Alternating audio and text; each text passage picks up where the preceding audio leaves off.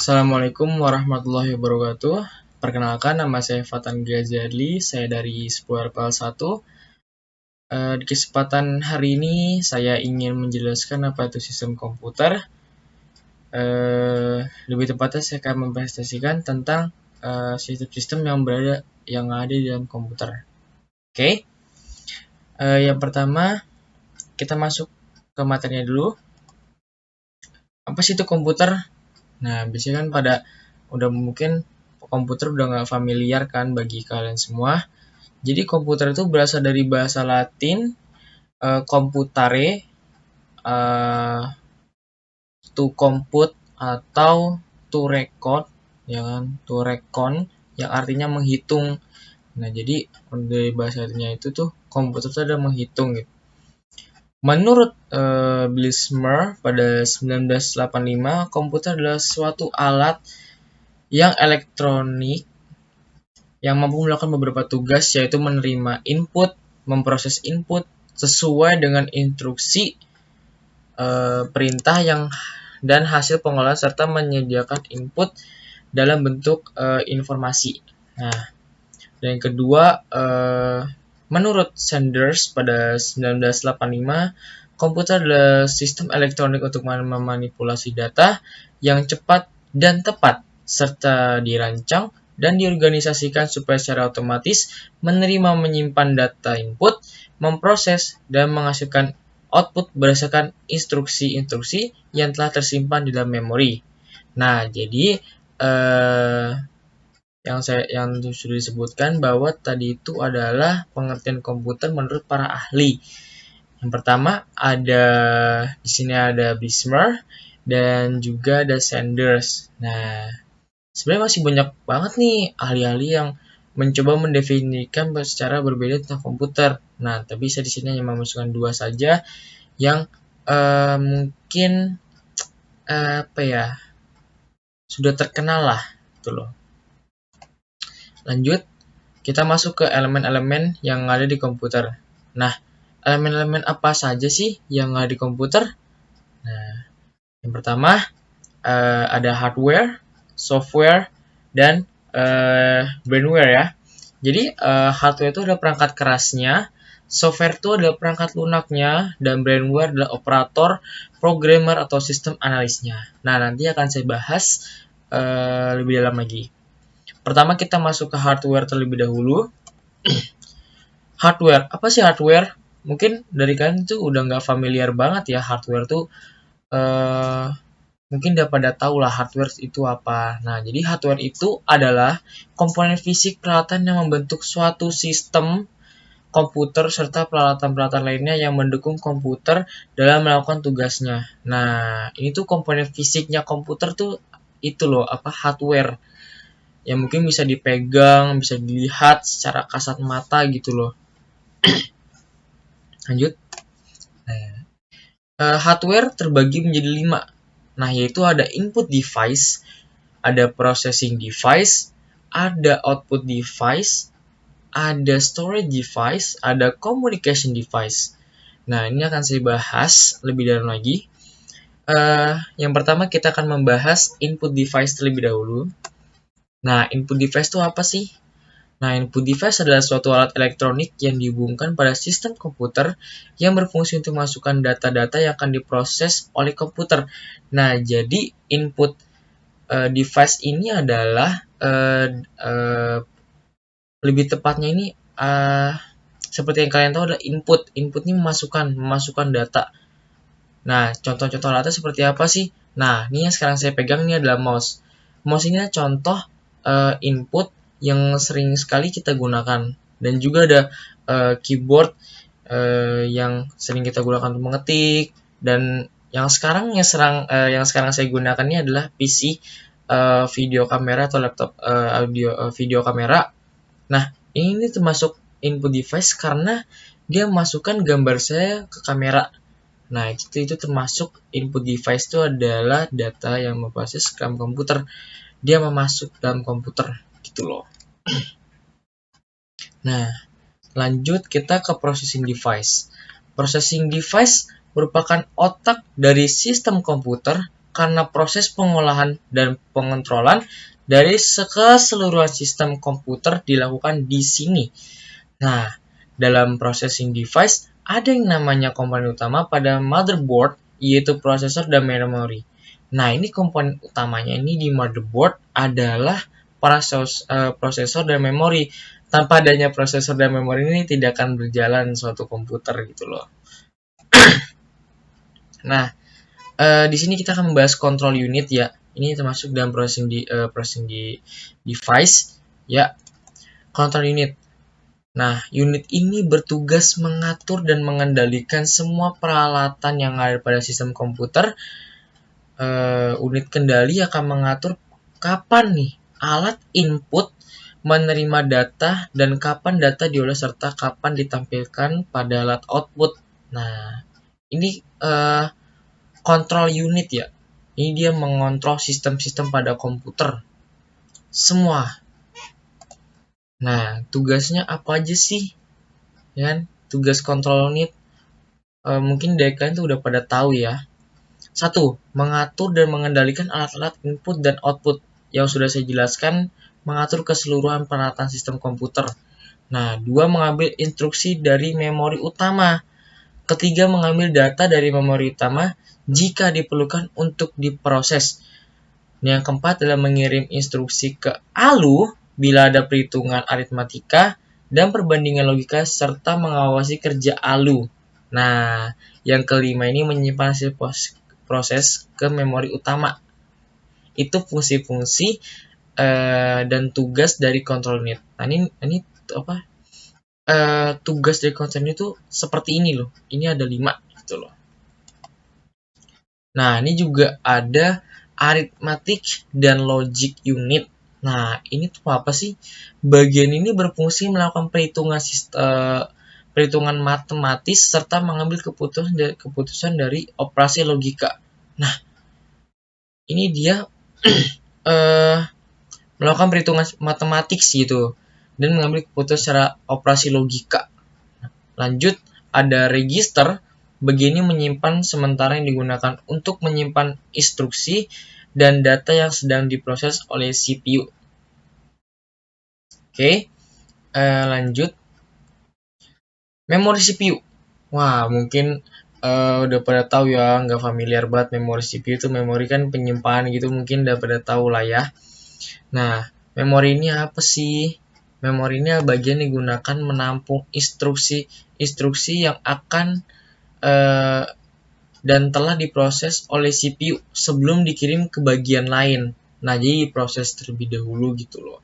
Nah, store device-nya terbagi menjadi 2, yaitu ada RAM dan ROM. Memorinya CPU itu ada 2, RAM dan ROM. Nah, RAM itu apa sih? RAM merupakan memori yang dapat diakses atau dibaca dan ditulis oleh pemakainya. RAM merupakan media penyimpanan sementara karena apabila daya komputer dimatikan, data yang ada pada RAM ini akan hilang. Semakin besar RAM kamu, semakin besar juga kecepatan kinerja dari komputer kamu. Nah, jadi komputer itu nggak tergantung dengan, wah prosesornya gede, tapi RAM-nya kecil. Itu kinerja juga nggak bakal cepat gitu loh, sama aja. Nah, kecuali kalau contoh prosesor kamu Core i5 Gen 11, RAM kamu 8GB, 16GB, bahkan 32GB. Nah, kinerja atau kamu tuh semakin cepat gitu loh. Dalam melakukan apapun aktivitas kamu mau dalam komputer kamu mau buka sesuatu pun juga cepat gitu loh. Respon dari laptop kamu tuh cepat. Nah, lanjut. Ada ROM. ROM merupakan memori yang akan dapat dibaca saja karena isi dari ROM telah diisi oleh pabrik pembuatnya yang berupa program-program pokok yang diperlukan oleh komputer. Sifat dari ROM adalah non-volatile, isinya tidak hilang meskipun listrik komputer mati. Oke, kita lanjut ke bahas output device. Nah, output device itu apa sih? Ya kan? Udah jelas ya namanya tuh kan output mengeluarkan gitu kan. Nah, jadi output device ini merupakan alat yang berfungsi mengeluarkan hasil pengelolaan data dari CPU.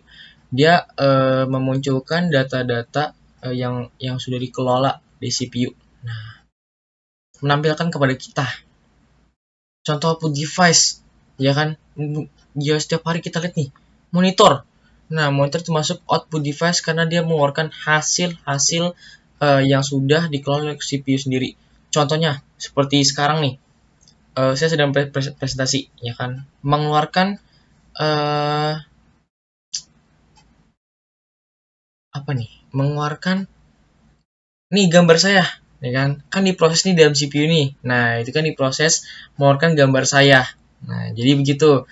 Printer kita sering ngeprint gitu, ngeprint gambar, ngeprint tugas, makalah. Nah, jadi kan dia menampilkan hasil yang sudah kita kerjakan dalam bentuk kertas yang sudah di-print, dicetak gitu loh.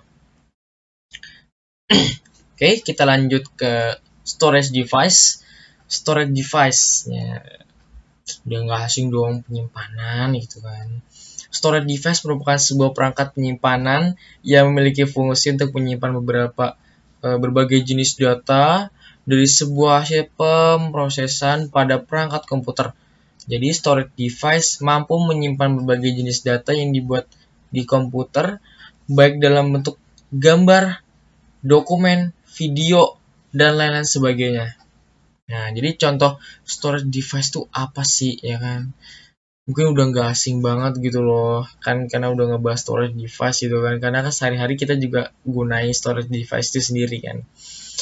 Yang pertama ada floppy disk, yang kedua ada USB flash disk, ya kan? Udah nggak asing banget USB flash disk kan. Sehari-hari kita menyimpan gambar, foto-foto lama kita taruh di flash disk gitu kan.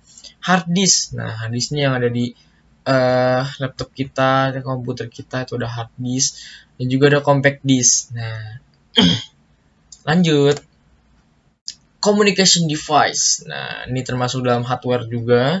Jadi communication device udah jelas dari namanya adalah peralatan komunikasi, adalah sebuah perangkat keras yang mampu mentransmisikan data, instruksi, dan juga informasi di antara peralatan pengiriman dan peralatan juga penerima.